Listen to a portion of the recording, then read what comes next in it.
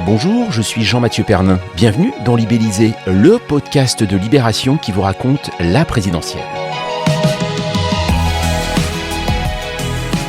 Chaque semaine, nous vous ouvrons les coulisses de cette course à l'Élysée. Un podcast à écouter en famille, en partant au travail, sous la couette ou en se musclant les obliques externes, c'est comme vous voulez. Après tout, c'est votre podcast, donc à vous de voir. C'est d'ailleurs tellement votre podcast que vous pouvez nous laisser vos messages écrits sur libellisé@libération.fr. N'hésitez pas, Que diriez-vous d'un épisode 7 ? Eh bien c'est parti. L'agression russe sur l'Ukraine ne semble plus en finir. Sur place, le nombre de civils tués augmente, les immeubles sont percés par les bombes, les routes de l'exil se remplissent. Chez nous, la guerre aux portes de l'Europe a une conséquence directe, la hausse des prix. On l'a vu pour l'essence, l'augmentation pourrait bientôt toucher certains produits alimentaires. Depuis le début de cette campagne présidentielle, le trou dans le portefeuille est l'une, voire la préoccupation majeure des Français. Le gouvernement tente chèques et mesures pour contrer l'inflation, alors que d'autres appellent au blocage des prix ou à la baisse des taxes. Une thématique toujours sensible, alors que le sujet économique déborde désormais sur le politique et l'international. Libellisé, épisode 7, pouvoir d'achat, les candidats pourront-ils rendre la monnaie ? Alors on va en parler avec Anne-Sophie Le Chevalier, salut. Bonjour. Alors tu es journaliste au service Écho de Libération et Lilian Alemania, salut. Salut. Toi tu es chef du service politique de Libération. Alors juste au départ Lilian, quand on dit que le pouvoir d'achat, puisque c'est la thématique d'aujourd'hui de ce podcast, on dit que c'est le seul thème qui a un peu émergé de cette campagne. Est-ce que tu es d'accord avec cette affirmation ? Oui, parce que ça a surpris un peu beaucoup de médias qui avaient commencé la pré-campagne, on va dire, avec les thématiques de l'immigration, de la sécurité, qui étaient plutôt porté par l'extrême droite et la droite. Et on s'est vite rendu compte dans les enquêtes d'opinion que ce qui intéressait les Français et les attentes étaient beaucoup sur le pouvoir d'achat dans une période post-Covid, en tout cas en sortie de pandémie, et même avant la guerre en Ukraine qui a renforcé ces questions-là avec la flambée des prix des matières premières et donc le prix à la pompe. Anne-Sophie, toi aussi en tant que journaliste éco, tu as vu que tout de suite c'était ce sujet-là qui pouvait aujourd'hui faire débat depuis le début de la campagne, que c'était celui dont s'étaient emparés les candidats rapidement. Bah oui, c'est surtout parce que ça correspond effectivement aux préoccupations des Français, parce que l'inflation a commencé à progresser doucement l'année dernière et cette progression s'est accélérée ces dernières semaines et ça touche directement les Français, donc les candidats s'en emparent pour leur parler. Il faut se rendre compte quand même, ce matin l'OFCE dit que 60% des ménages français sont touchés par le surplus d'inflation qui frappe les prix. Donc ça veut dire que ça pourrait avoir même des conséquences pour la suite, même après, au-delà de l'élection présidentielle. Ah bah largement au-delà, d'autant que on voit bien que les prix de l'énergie ne se stabilisent pas, qu'il y a une grande volatilité et des niveaux records jamais atteints, ou en tout cas atteints il y a 10 ans et on s'en rapproche.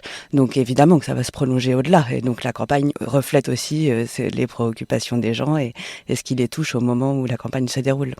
Lilian, on dit souvent que longtemps, finalement le pouvoir d'achat était un marqueur de gauche. Et pourtant, quand on en parle aujourd'hui, on a l'impression que c'est davantage un sujet de droite. Comment ça se fait ? Parce que les candidats de droite, les précédents présidents de la République de droite ont fait leur campagne là-dessus. Jacques Chirac avec la fracture sociale en 95, Nicolas Sarkozy en 2007 avec le travailler plus pour gagner plus. Donc la gauche s'est plutôt fait piquer ce marqueur-là. Et surtout la droite l'a porté en termes individuels et non plus collectifs, non plus sur une augmentation du SMIC, donc du salaire minimum, des négociations collectives par branche, une diminution du temps de travail, comme ça avait été le cas sous Lionel Jospin. La droite, c'était vraiment de manière individuelle, donc une baisse souvent des cotisations sociales pour pouvoir, sur la feuille de paye, voir que en net, le salaire a augmenté, mais les prestations sociales derrière ont baissé. C'est sur cette différence-là que se fait la question du pouvoir d'achat aujourd'hui. Oui. On dit souvent que pour les majorités en place et avec un président qui se représente, c'est casse-gueule comme sujet, c'est le cas ? C'est casse-gueule, ça l'a été pendant le quinquennat. Le quinquennat Macron a été marqué par les questions de pouvoir d'achat avec la crise des Gilets jaunes. c'est vraiment un des tournants du quinquennat, et c'est cette crise-là qui l'oblige à bouger sur les questions de pouvoir d'achat, parce qu'il y avait, et là aussi, il avait utilisé des leviers plutôt qu'on utilise plutôt à droite, sur la baisse des cotisations sociales, la défiscalisation, désocialisation, c'est un peu technique, et la défiscalisation des heures supplémentaires, qui étaient aussi des produits politiques, on va dire, utilisés par Nicolas Sarkozy en son temps. C'est ça qui est étonnant. Alors, sous Emmanuel Macron, beaucoup de Français disent c'est incroyable parce que notre pouvoir d'achat a baissé. Et pourtant, quand on regarde les études, tout le monde nous dit non, vous avez gagné en pouvoir d'achat. Comment analyser cette différence ? Alors, il y a plusieurs choses. La première, c'est que le pouvoir d'achat et la baisse de pouvoir d'achat, elle n'est pas ressentie de la même manière par tout le monde. Ça dépend évidemment de ce qu'on achète et la structure du panier de consommation. Par exemple, l'année dernière, les premiers à s'être rendu compte que les prix augmentaient, c'était les habitants des zones rurales, qui prennent beaucoup plus leur voiture que les urbains et qui ont vu, eux, les conséquences sur leurs dépenses de l'augmentation du prix de l'essence. Ensuite, les moyennes, ça cache toujours de fortes disparités. Et par exemple, sur la hausse du pouvoir d'achat, c'est vrai qu'il a augmenté pendant le quinquennat du fait des différentes mesures de redistribution. Néanmoins, l'Institut des politiques publiques pointait en novembre dernier que pour les plus pauvres, et pour les 5% les plus pauvres, et il n'y avait pas eu de gain de pouvoir d'achat pendant le quinquennat. Alors que pour les 5% les plus riches, ces gains avaient été exceptionnellement élevés, parce que si vous vous souvenez, au début du quinquennat, Emmanuel Macron a fait une réforme du capital, et notamment avec la suppression de l'ISF et avec l'instauration de la flat tax, qui était un taux d'imposition unique de 30% sur les valeurs immobilières, et qui concernait du coup les Français les plus aisés. Donc on voit bien, selon l'endroit où on se trouve sur l'échelle des revenus, les gains n'ont pas du tout été les mêmes. Alors le pouvoir d'achat, tu l'as dit Lilian, ça a marqué véritablement le quinquennat d'Emmanuel Macron. On va revenir dans un instant sur les gilets jaunes, mais tu as cité Nicolas Sarkozy en exemple d'Emmanuel Macron pour certaines réformes économiques. Éric Zemmour comme Valérie Pécresse ont repris à leur compte le travailler plus pour gagner plus. Emmanuel Macron, dans sa lettre de candidature aux Français, dit seulement il faudra travailler plus. Il ne parle pas de gagner plus, c'est un oubli ? Oui et non, parce que le travailler plus pour Emmanuel Macron, c'est le travailler plus longtemps. C'est travailler plus, c'est-à-dire baisser le chômage, donc il y a plus de gens qui travaillent, il y a plus de gens qui participent à la croissance du pays, mais c'est aussi travailler plus longtemps. Il a été coincé pendant son quinquennat par sa réforme des retraites universelles et son engagement à l'époque, justement pour pas perdre les électeurs sociodémocrates, à ne pas toucher à l'âge légal du départ à la retraite, qui est de 62 ans aujourd'hui. Là, voilà, c'est terminé. Il est débarrassé de cette promesse de campagne de 2017 et son annonce de campagne 2022 a déjà plutôt été faite là-dessus. C'est une retraite à 65 ans. Donc, il récupère des marqueurs plutôt à droite. Donc, c'est comme ça qu'il a privé d'oxygène aussi Valérie Pécresse sur les questions économiques. Aujourd'hui, elle explique que le programme d'Emmanuel Macron est une pâle copie du sien, mais en fait, depuis plusieurs mois, voire années, il grignote comme ça le champ économique à droite. D'ailleurs, une des prises politiques de cette campagne pour Emmanuel Macron, c'est Éric Woerth, président de la commission des affaires, de la commission des finances de l'Assemblée nationale, qui s'est opposé en façade, on va dire, au gouvernement pendant tout le quinquennat. Sur le pouvoir d'achat, c'est peut-être une des seules thématiques aujourd'hui où on voit une différence marquée encore entre la droite et la gauche. On a l'impression que la droite veut davantage augmenter les salaires, la gauche le SMIC. Est-ce que c'est comme ça qu'on peut résumer un petit peu les deux camps ? Oui, alors c'est un peu plus complexe, mais effectivement, la revalorisation du SMIC n'est pas proposée à droite, je crois. Donc oui, ça c'est un marqueur différentiel. Et effectivement, une autre prise que peut avoir le futur gouvernement sera le SMIC, parce que le SMIC, pour le coup, ça profite pleinement aux gens qui ont des bas salaires et qui peuvent avoir ainsi leur revenu augmenter. Mais je rappelle que c'est une des dernières choses qui prend en compte l'inflation. Et donc, quand l'inflation augmente, le SMIC augmente automatiquement. L'augmentation du SMIC permet aussi derrière aux organisations syndicales de négocier des augmentations de salaire pour les autres qui sont au-dessus du SMIC. Donc c'est pour ça qu'à droite et les entreprises, les chefs d'entreprise sont souvent contre l'augmentation du SMIC parce qu'ils disent ça va tirer tous nos salaires vers le haut, donc ça va créer encore plus d'inflation derrière. Et on voit à quel point en ce moment justement les négociations annuelles obligatoires, donc qui décident de l'augmentation des salaires pour les entreprises, se passent de manière difficile et que les augmentations obtenues par les salariés sont en général en dessous de l'inflation. Et même avec des augmentations de 2,5, on n'arrive pas au taux d'inflation qu'on enregistre en ce moment, qui sont, pour le mois prochain, l'INSEE prévoit plus de 4%. Emmanuel Macron a utilisé aussi un levier, on va dire, qui est entre la droite et la gauche, c'est la prime d'activité. Il a beaucoup utilisé ça, notamment pour augmenter les bas salaires et au niveau du SMIC au moment de la crise des Gilets jaunes. On se souvient son annonce à la télé en disant qu'il augmentait de 100 € le SMIC. En revanche, c'est quelque chose qui ne peut pas faire indéfiniment. Augmenter les salaires par la prime d'activité, c'est compliqué. À un moment donné, c'est les chefs d'entreprise qui doivent s'y mettre. Oui. Ça existe en matière de pouvoir d'achat, le quoi qu'il en coûte ou pas ? On voit oui que c'est possible puisque c'est ce qu'on voit depuis quelques mois maintenant. On voit bien que au début ou quand l'inflation a commencé à progresser, au départ c'était parce que c'était les conséquences de la pandémie, la désorganisation des chaînes de production, certains prix des matières premières augmentaient. Donc et notamment ceux du gaz et de l'électricité déjà à l'automne dernier.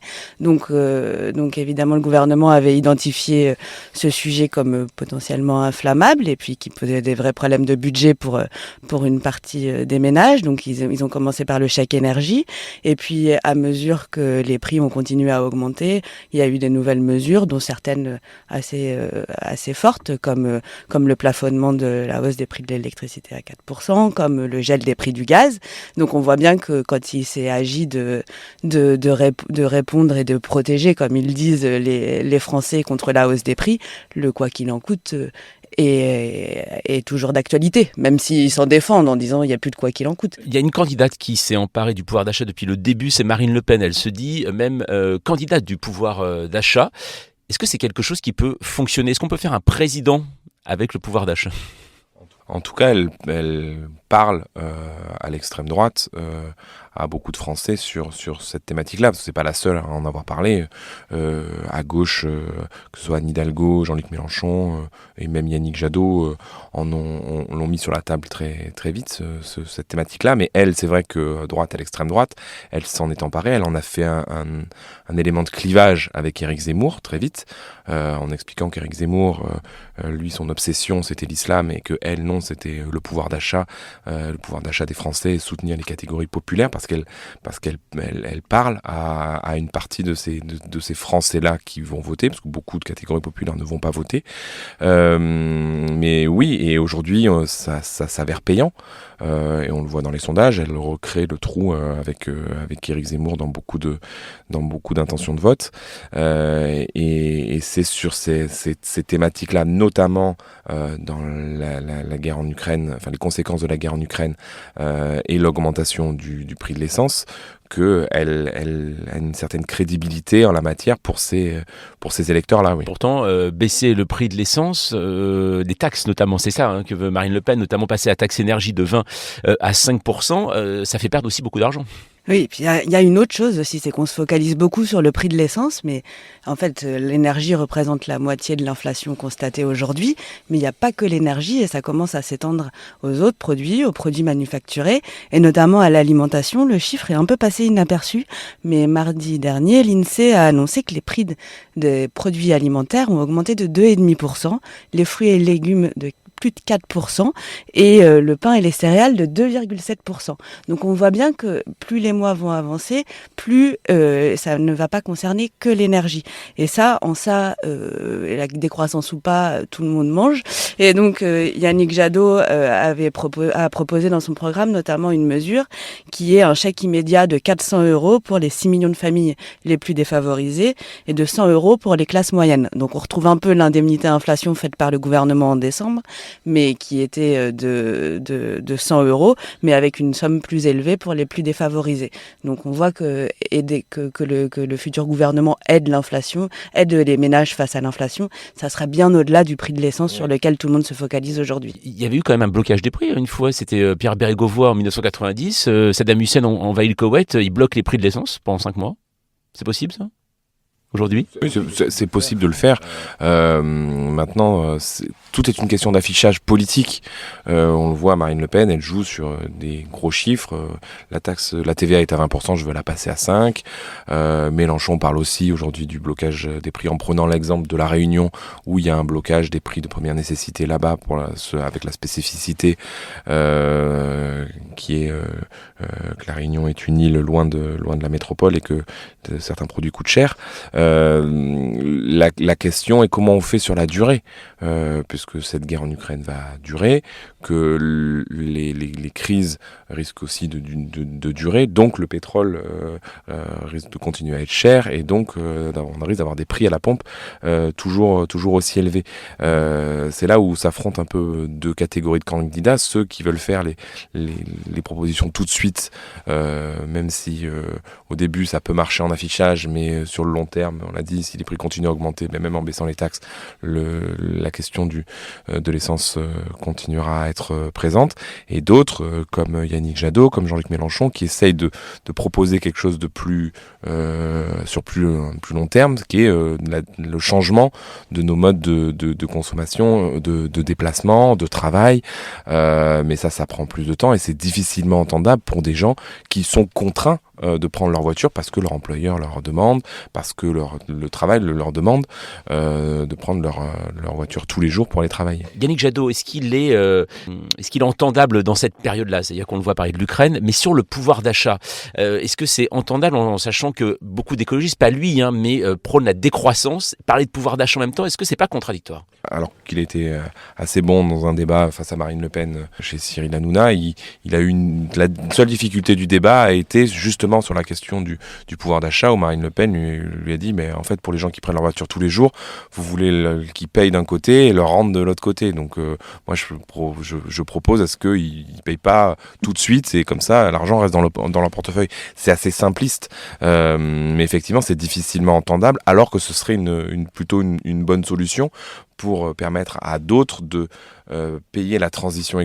aux plus riches, de payer la transition écologique de ceux qui en ont le plus besoin aujourd'hui pour investir dans des véhicules propres et qui n'utilisent pas d'essence ou de gazole. Alors sur libellisé@libération.fr, Stéphane nous envoyait un message concernant Jean-Luc Mélenchon et une de ses réformes les plus symboliques s'il arrive au pouvoir. Bonjour Stéphane, 42 ans, j'habite à Paris. J'ai vu que Jean-Luc Mélenchon voulait taxer à 90% les très hauts revenus. Est-ce que vous croyez que ça va être utile ou sa réforme, ou on est plutôt dans le symbole ? Elle est intéressante cette question parce que ça mélange les deux en fait avec Jean-Luc Mélenchon. On ne sait pas trop toujours si on est dans l'efficacité ou dans le symbole d'union. On est beaucoup dans le symbole. Les 90%, c'est au-delà de la taxe, de l'imposition à 75% qui avait été proposée par François Hollande et qui avait été retoquée par le Conseil constitutionnel. Alors, Jean-Luc Mélenchon dit qu'il s'en sortira puisqu'il va créer 12 tranches d'impôts, donc quelque chose de beaucoup plus progressif pour éviter que cet impôt à 90% sur la dernière tranche soit jugé confiscatoire. Mais en même temps, c'est se mettre en opposition à Emmanuel Macron, comme disait Anne-Sophie. Son marqueur politique, économique, tout de suite, ça a été de libérer le capital pour créer, disait-il, un ruissellement de l'argent des plus riches dans l'économie réelle. Beaucoup d'études on cherche toujours à savoir si ce ruissellement a vraiment fonctionné. Mais en tout cas, c'était aussi symbolique de la part d'Emmanuel Macron et ça a marqué son quinquennat et notamment a été un catalyseur de la crise des Gilets jaunes au même titre que la hausse du prix de l'essence à l'époque et de l'augmentation de la taxe carbone. Donc oui, après économiquement, la mesure n'ayant pas été mise en place, c'est compliqué de dire si ça peut fonctionner réellement, mais il y a une question notion d'égalité qui est dans notre devise le mot le plus fort et qui parle le plus à la population. Quand Jean-Luc Mélenchon voit son projet économique validé par le MEDEF, ça veut dire quoi ? Ça veut dire que c'est un candidat crédible aujourd'hui, Jean-Luc Mélenchon ? Il est beaucoup plus crédible depuis qu'il y a le quoi qu'il en coûte, depuis qu'il n'y a plus les règles européennes qui l'empêchaient de mettre en place un tel programme. Après, ça arrange bien aussi le MEDEF d'avoir cette opposition-là de gauche beaucoup plus tranchée par rapport à ce qui est proposé par le gouvernement actuel, qui plaît beaucoup au MEDEF. Et effectivement, il y a plus de crédibilité, il y a plus d'économistes qui le rejoignent, qui à une époque hésitaient à participer à son programme économique. Ça c'est vrai. Maintenant, c'est quelque chose de théorique et aussi. Voilà, c'est une relance vraiment par la consommation. Ça fait penser aussi à 81. Est-ce que ça peut fonctionner dans une économie ouverte à l'époque de la mondialisation? On peut aussi se poser la question, parce que rendre du pouvoir d'achat aux Français et dire ça va remplir le carnet de commandes français, non, pas forcément. Ça remplit aussi le carnet de commandes des entreprises européennes, voire mondiales, et pas forcément la création d'emplois sur notre pays. Mais en tout cas, aujourd'hui à gauche, vu les difficultés des socialistes et la difficulté des écologistes à être crédibles sur leur transition, c'est vrai que c'est Jean-Luc Mélenchon qui a beaucoup travaillé, c'est son 3e programme, qui fait office de sparring partner du MEDEF aujourd'hui. Oui. Une chose tout de même, Emmanuel Macron a promis la fin de la redevance pour l'audiovisuel public, de tripler sa prime de 1 000 € qu'il avait mis en place au moment des Gilets jaunes. Est-ce que véritablement ces mesures peuvent apporter du pouvoir d'achat ? Oui, ça peut en apporter, évidemment, on voit bien. Mais après, la question, c'est à qui ça en apporte. Et c'est là un peu quand même la différence entre la droite et la gauche. Et quand on supprime la redevance, ça concerne tout le monde, y compris les ménages les plus aisés. Et on a un peu un bis repetita de la campagne de 2017, où il avait annoncé la suppression de la taxe d'habitation, qu'il a faite d'ailleurs, mais qui concerne tout le monde, y compris les ménages les plus aisés. C'est aussi en ça que Jean-Luc Mélenchon a un discours qui porte aussi, c'est qu'il adresse la question des inégalités. Et la question des inégalités, elle est de plus en plus forte. Et toutes les études, et là, tous les économistes confondus, quelles que soient leurs obédiences, constatent que les inégalités progressent en France de manière marquée. Tu l'as dit, ce quinquennat a été marqué par les questions de pouvoir d'achat. On a eu une pandémie, il y a une guerre qui est aux portes de l'Union européenne. Est-ce que tout de même le risque de crise sociale, il est toujours présent en France ? Évidemment. Alors la question de la pandémie, elle est intéressante parce que le pouvoir d'achat n'a pas reculé pendant la pandémie, mais parce qu'il y a eu une réponse publique massive qui a permis justement de préserver les salaires et donc le pouvoir d'achat. Donc ça, on a évité une situation qui aurait pu être dramatique avec un creusement des inégalités pendant cette période-là. Ensuite, évidemment que ça ne disparaît pas. On parlait tout à l'heure des négociations pour les salaires. On voit bien que les entreprises ne suivent pas l'inflation, donc ça crée forcément des crispations. Il y a une grève aujourd'hui même sur ces questions de pouvoir d'achat. Après, ce que disent tous les sociologues et autres politologues, c'est que de fait, la crise sociale, bien malin celui qui peut la prévenir. Mais on voit bien de toute façon qu'il y a des points de crispation qui se multiplient, et s'il y a une réponse aussi forte aux questions de pouvoir d'achat avec les différentes primes, indemnités et tout ça, c'est aussi pour éviter ces points de crispation-là. Le gouvernement actuel n'a pas oublié ce qui s'est passé pendant la question des Gilets jaunes. Cette présidentielle, la crise sociale, elle ne la réglera pas ? Non, une élection ne règle pas une crise sociale.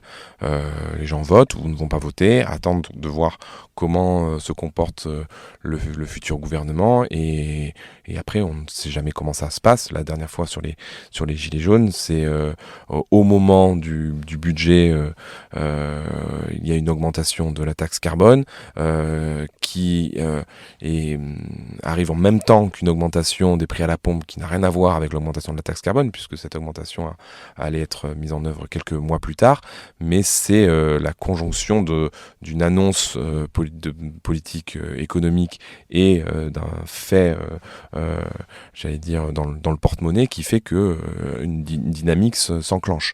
Donc on ne sait pas. Souvent ça arrive en France sur la voiture. Dans d'autres pays, ça a été avec le prix des tickets de métro ou des tickets de bus. Plutôt dans l'histoire, c'est le prix du pain.